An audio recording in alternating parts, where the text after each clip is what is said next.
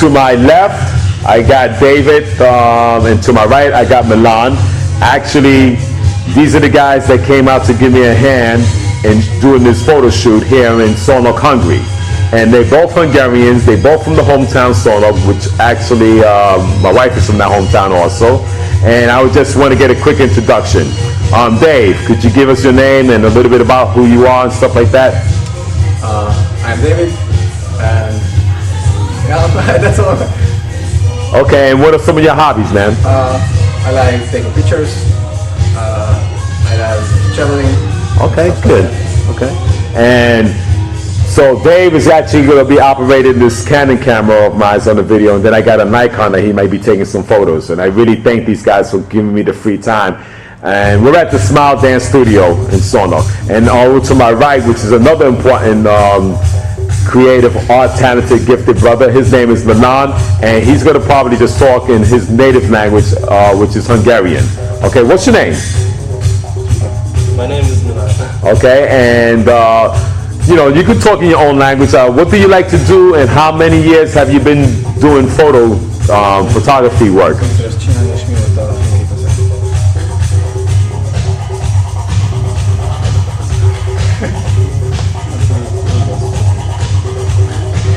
Started 5 years ago. Okay, okay.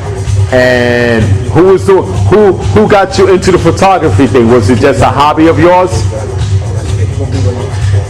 It's just a hobby. Okay, okay. Well, anyway, guys, like I said again, I really like to thank you for coming out. And like I said, it's the talent on the photos. You're going to see Milan's work, and on the video, you're going to catch David. And also, he's going to do like a little pre-interview before I get started. I'm going to get ready to get changed. With that, actually today's date is September 23rd, yep. And it's 2010. It's in the afternoon hours here in Szolnok, Hungary, Eastern Europe, baby. We're getting ready to boogie down. Thank you. It's recording. Hey, good afternoon, folks. Any event, yeah, we're getting ready to start this shooting here. I'm actually in Europe, Hungary, in the name of the town of Szolnok, and I'm just going to start actually doing my change of clothes. One of the many things we used to do when we used to go club dancing. And I'm going to get into a change of clothes in a few minutes.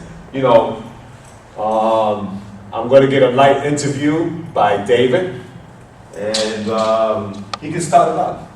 Okay, so hello. What's up, David? Hello. Do you have family? Yeah, actually I come from a family of 5. 3 sisters and a younger brother.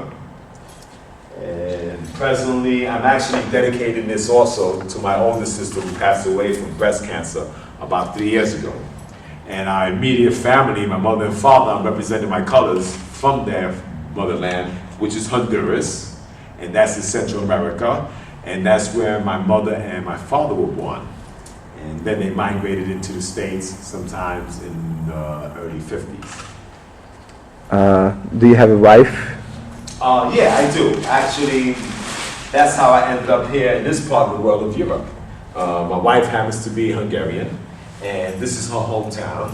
And as I speak, I've been teaching English since I got here. It was the easiest way of me making a living out here.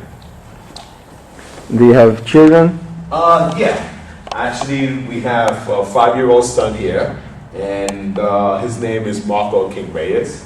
And back at home, I have another son, and his name is Omar Reyes. And how long have you been dancing? Actually, I've been dancing probably from the time I was in my mother's stomach, as a lot of African and Latinos, and basically a lot of people around the world I gather too in that matter, not just African and Latinos. But I really got into dancing about the age of about 4 or 5, back at my family's engagement. And when they used to have the New Year's party, my parent and my grandparents used to put me on top of the table to perform for them. And that's where I really started to involve in the years of dancing when I was really young. And who's your inspirations? Oh, my inspiration, I would definitely have to say Godfather of Soul, James Brown. You know, and he was super bad dancer. And a lot of people, I gather, he blessed and inspired also. I just want to mention one thing right now. When I'm getting ready to put on, actually, on my footwear, is some Chinese slippers that for many years, when I started doing the club scene back in New York, I used to always wear my Chinese slippers, and a lot of people used to go out and buy what they call Capezio dance shoes. And, you know, it was a fabulous thing back in the days of clubbing back in New York. Actually, I'll put on this in a little later, but I gotta show the true colors of one of the best clubs in New York City, which was called the Paradise Garage. And just last Saturday, they celebrated 120-year celebration in New York in a boat ride. And in a few minutes, as I prepare myself to throw some steps for you guys, I'm going to kick up some music in a few.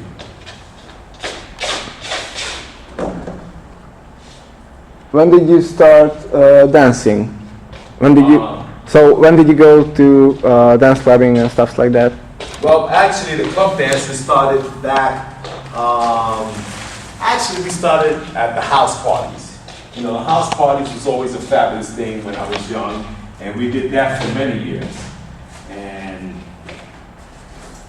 after the house parties, you know, we had what they call the parties in the streets.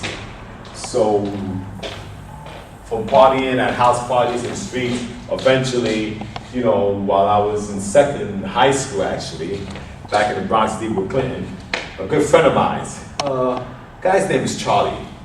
And Charlie was a clever guy, interesting character, and loved music like we both did. And he took me down to my first club, underground club, which was called The Loft. I would like to say thank you to David Mancuso, who was the owner of this loft, and he actually started up the first membership club in New York City, which led up to a lot of other things. And so in part of this dedication that I'm getting ready to do this afternoon out here in Europe is mainly to the dancers who inspired me in these underground clubs. We had a young lady that I met back in the Loft days. Her name was Sophie. I had another brother. His name was Junebug. We had another sister. Her name was Coco. I had another brother, Louis Luce. We had Evelyn Santos. They used to always come out and party. And my ex-partner, Barbara Jean, she was a heavy dancer. And I just want to give it all to all these people that inspired me throughout the years of dancing in the underground scene, and even, you know, still today, the youth who are picking it up in our third and fourth generation and carrying it on. With that, I believe, do we have any more questions on the interview part there, Dave? We're done. Okay, so listen, I'm going to get ready to kick up some music. Once in a while, I may cut it and go back into something else. Let me see what I got on the pause and kick it up a little bit here. Okay. Yeah, this is some good old classic stuff, and basically this is like called, you know, you'll hear the song and hear the lyrics, okay? And I'm just gonna do a little stretching stuff that we used to do basically back in the club days also. You know, we didn't just come out, basically did some stretching, you know, try to stay in some sort of shape. Talking about shape, yeah, time does go by, huh? The days of when we was hanging out. Actually, I'm 52 years old. God willing, this December 5th coming up, I'll be 53. Yes, I still dance. Nothing like what I used to, because as you get old, the body starts to take a bit toll on you. So, this is actually my first shooting that I'm doing, again, in Hungary, out here in Europe. My dancing had brought me back in 1979. I had a great dance partner from the club. Actually, we met at the garage. Her name was Barbara Bostic. And in 1979 of October, we auditioned, and at this audition at Leviticus, they had a guy there that was, two guys that I know that were in the club scene later on. We had met Dwight Jarvis there, he was one of the judges, and also Mario Grant, who used to work at the shelter, he was another one of the judges. And that night we had quite a few members from the garage and the loft days who represented at this audition. And one of them was Sophie. The other one, and our hustle main partner, was David from Spanish Harlem. And these people, they were great inspirations to me in my dancing days. So I'm just getting a little loose. And then sometimes even when we used to be hanging out at the garage and the loft, this was ways of getting a little loose before we really got into our dance steps. I have the great honor to let you guys know that I'm going to be doing a Zumba dance workout tomorrow afternoon. And it's going to be right here on the same dance floor where I'm stretching out right now. Actually the first time me doing this type of working out.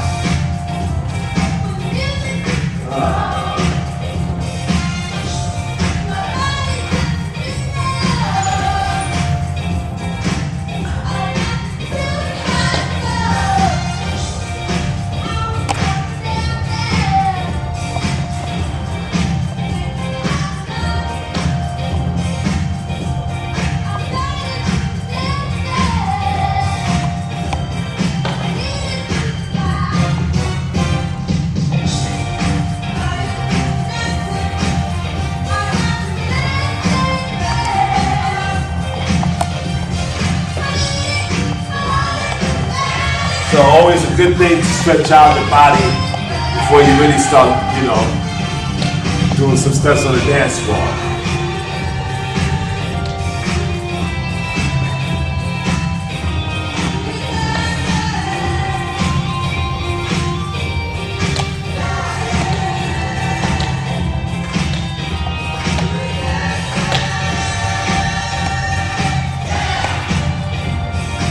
Okay.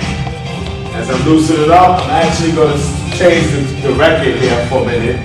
And if you want to take a quick pause to break David.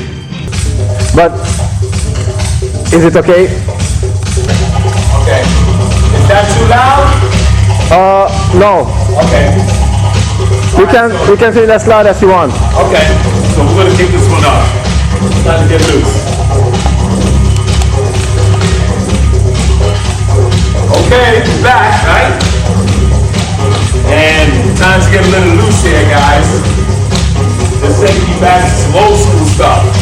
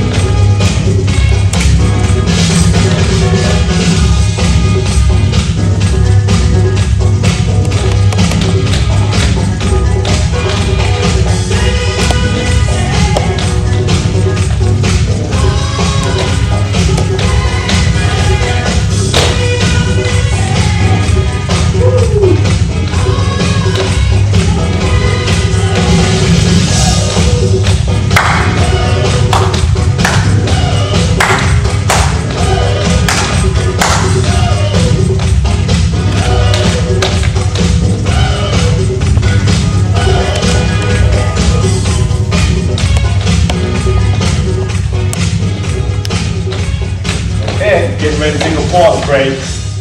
Woo! Are we rolling on the tape here? Yeah. Okay, so I just going to let you guys know right about now. We're going to go back to some good old classics from the club days. And this is a really great one. This one is called Hooked on Love. Okay, so bringing it back down to memory lane, and I'm going to, you know, pump up and work up on this little bit of more sweat that I got to come out in a few minutes. And at the same time, before I get into kicking the step here, I'm going to change the shirt again. Okay, here we go.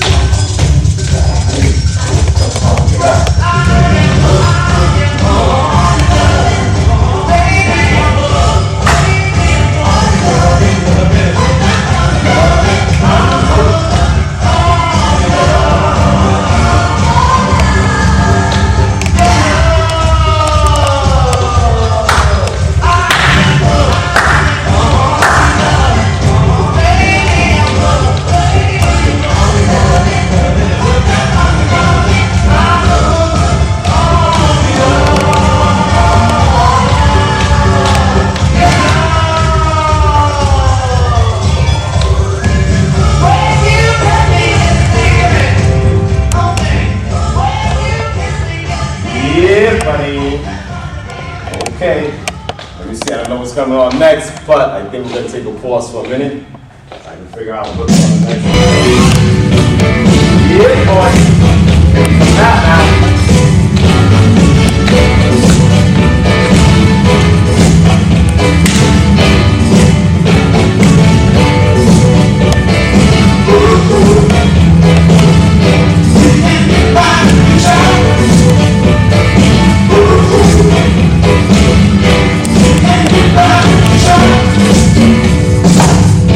Somewhere in the city,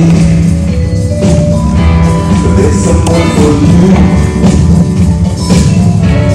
Maybe it's a new way. Your love is there too. I know it's a pity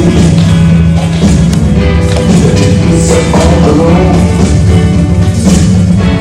The bed seems so empty. And I read from the phone.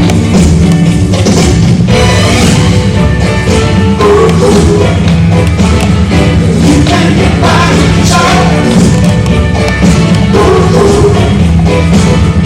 You can't get by with child. Get by. You can't get by with child.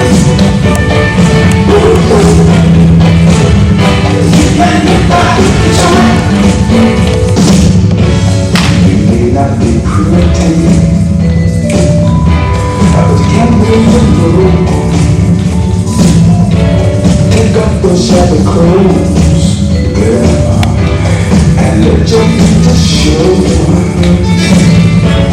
Make yourself a lovely woman, and get yourself a man. And we will be happy.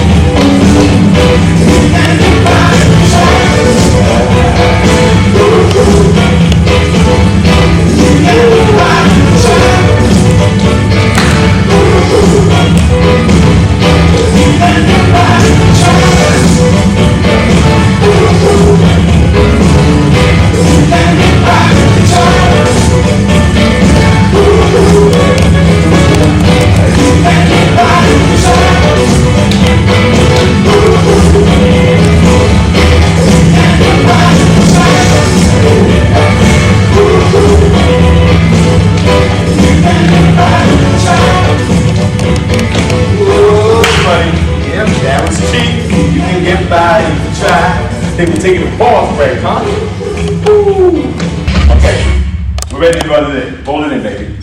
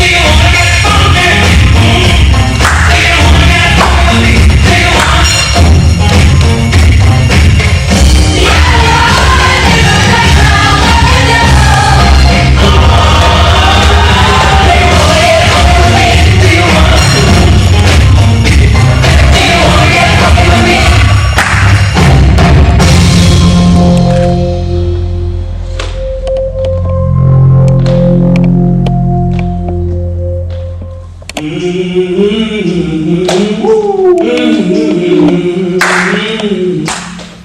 see what's happening? There we go. How many minutes is this? Take it to the beginning.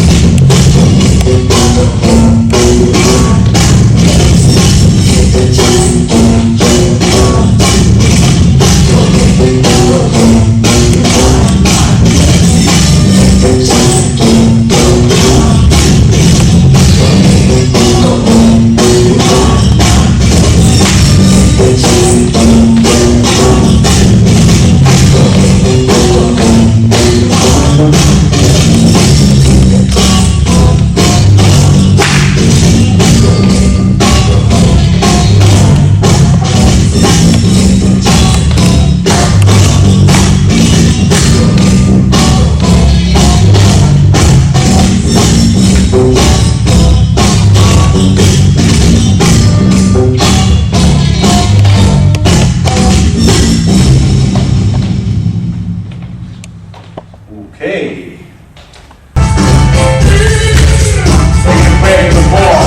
And then take out the time, because when he gets to, let him start talking first.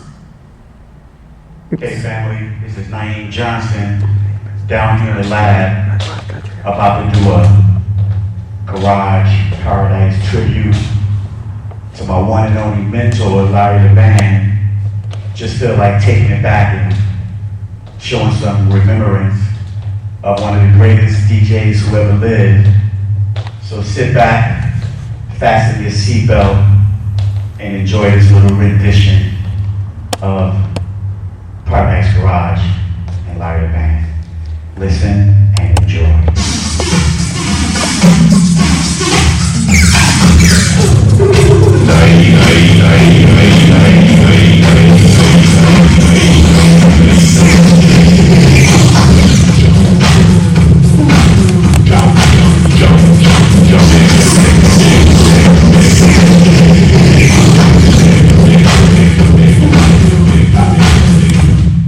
Oh, stop. Let the music go in first, okay? Ready? It's working. You want? That's all. Yeah. Okay, let's go. Here we go.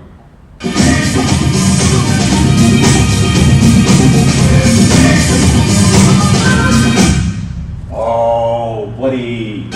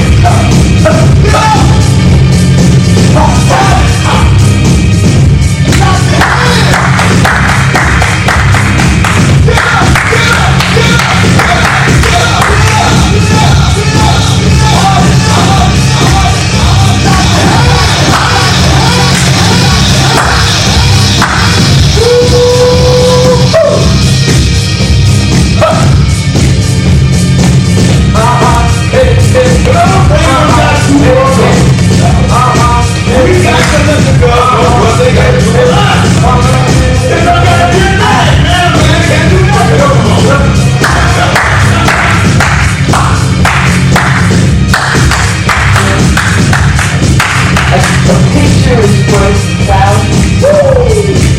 Now 1,000 pictures. A song is worth 1,000 pictures.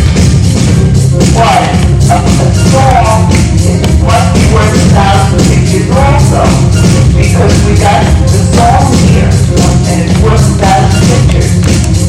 And I wrote this song, and if you listen to it, you can see pictures, 1,000 pictures that we have here. It's a song, it's got more than 1,000 words in it, so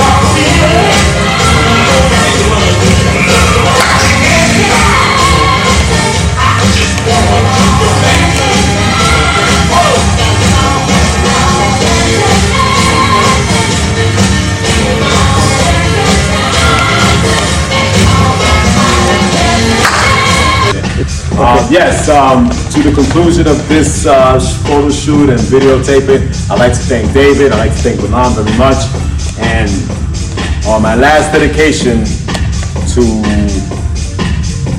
one of my greatest inspirations, dance partner, best friend, sister, true warrior, true dancer, true artist, writer. I mean, she was multiple talented. To my dear sister, Myrna Viola Reyes. May you rest in peace, my sister. This is dedicated out to you towards your birthday coming up on Saturday, September 25th. Ashe, ashe, ashe. Never say goodbye, never say goodbye.